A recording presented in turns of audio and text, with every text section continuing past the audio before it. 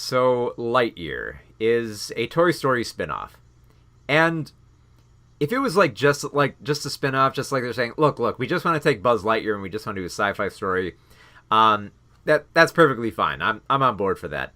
A lot of people seem to have been hung up on the fact that there's a textual prologue that tries to establish that, okay, so if you're curious, this film takes place within the Toy Story universe, but it's the film that Andy saw before he went to get the Buzz Lightyear toy, or around that same time. Basically, it's a movie that exists in the universe of Toy Story. And at first, like, okay, fine, like, this isn't important. You don't need to know any of this.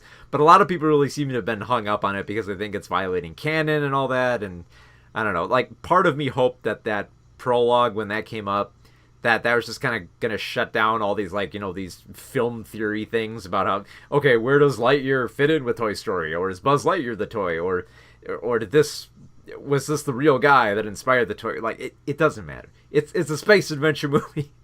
Can we just have, like, the space adventure film? We didn't really... Did anyone even question that? Like, there was a Buzz Lightyear animated series in the late 90s, and it was never really explained that this was the show Andy watched or anything like that. I don't know why we needed that, because it just makes a whole bunch of people mad for whatever reason.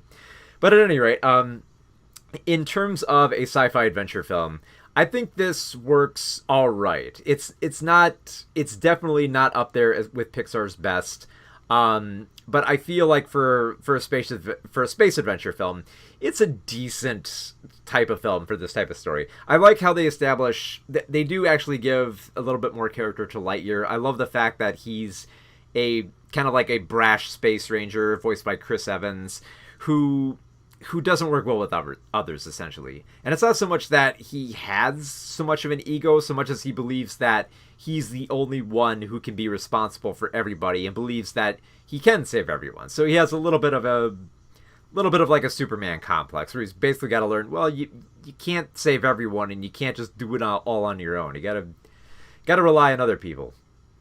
And unfortunately, he has to learn this the hard way because he ends up stranding all of his people from this Star Command ship on this alien planet.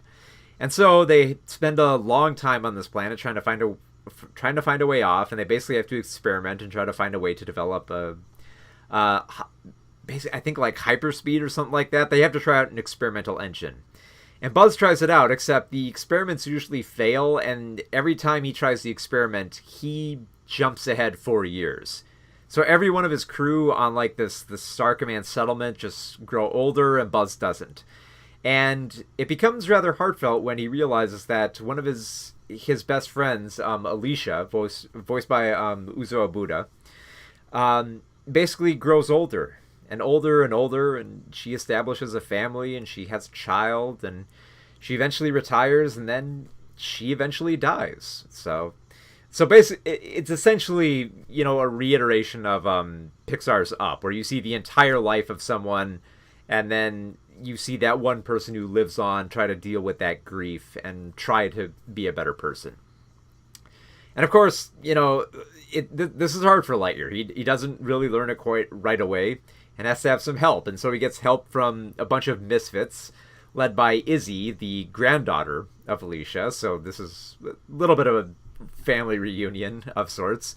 She's voiced by Keke Palmer, and she leads a whole bunch of misfits who barely have any Star Command training to stop this alien attack of, Emperor Zurg, from attacking their people. And yeah, at that point, it's just like it's a standard space adventure. But Lightyear has to work with some misfits, and he has to stop an alien menace. Although I will say that there are some... I do kind of like the... I like the themes of, like friendship. I mean, that's kind of feels standard here, but I feel like it's built up solidly enough where it doesn't feel like it's trying too hard to gain your sympathies from these characters. I think it helps that you have, like, a decent voice cast. Like, Keke Palmer is great in this. Taika Waititi, despite not knowing much about the role he was in, he does a good job as a supporting role. Peter San plays this robotic cat who definitely steals the show. Socks is definitely one of the better parts of the film, mostly because Peter Zahn, who's an animator at Pixar, just delivers this dry-witted delivery that works really well. And of course, and I'm sure this is going to be a big problem for a lot of people, you're going to see aspects of other Pixar films within it, and other Disney projects as well. Like, you can't help but think of, when you look at Socks and hear them, you can't help but think of Baymax. I mean, like, Baymax from, like, Big Hero 6, just because of his dry robot wit. Kind of the same deal with Socks, you know, just a dry robot wit, and then occasionally he'll veer off into his own character with his own little quirks here and there. So, like, in terms of, like, character, I think it works, especially with how interpersonal the story for Lightyear becomes when he finally realizes the big twist with Zurg and, like, the whole, like, premise of finding, like, a light speed solution to getting home. In addition to that, I also kind of like the aspects of trying to find, you know, what's important in life. But again, this is kind of something we've explored in other Pixar films, and also seen it done a lot better before. That being said, where I think the film works best, and this is going to surprise no one, that where the film works best is just like in its visuals. Particularly the third act, when there's a whole lot of action going on Zurg's ship. There's great moments of like near misses in space where, you know, you kind of got like vibes from like Gravity, where, like, you know, someone is struggling to hang on to a starship and just barely manages to survive. Getting mixed up with Survive and Zurg here. But then, and there are also a lot of great IMAX sequences as well. In particular, the scene where Lightyear is trying to make it off an exploding ship, and just the gravity shifts and he's basically tossed out of the ship. Were pretty cool sequences. I have to admit, they looked great, and they could compete with any other live-action sci-fi film to that degree. So in terms of like sci-fi action and adventure, and like a bit of a focus on the thematic themes of what matters most in life, and using your time wisely and spending it with the people you love, fairly standard Pixar stuff, but it does it well here. And I think that's probably the best way to describe Lightyear. It's like, it's an exercise in what Pixar can do best, but not quite showing you at its best. Like, so far this year, like, Pixar's best film has been Turning Red.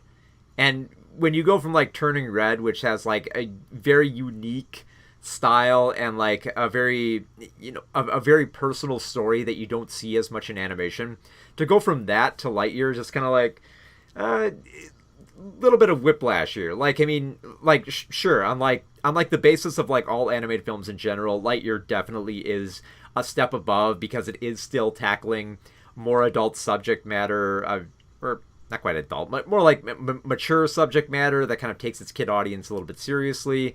It does have a lot more immaculate visuals than you usually see in animated films, especially for, you know, embracing that sci-fi action angle. I feel like that really works here.